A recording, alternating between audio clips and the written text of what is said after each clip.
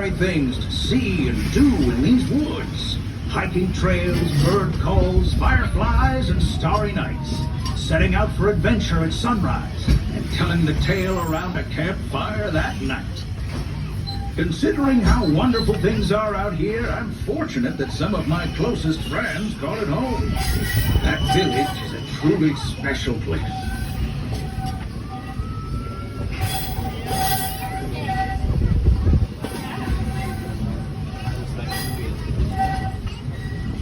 Folks, we're just about out of the woods and into the forest. The enchanted forest of Fantasyland, where magic... Listen. Hear that?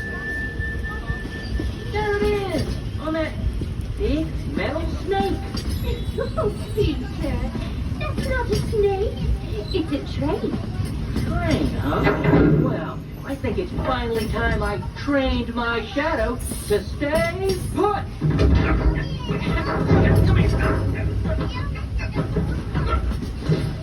Hey!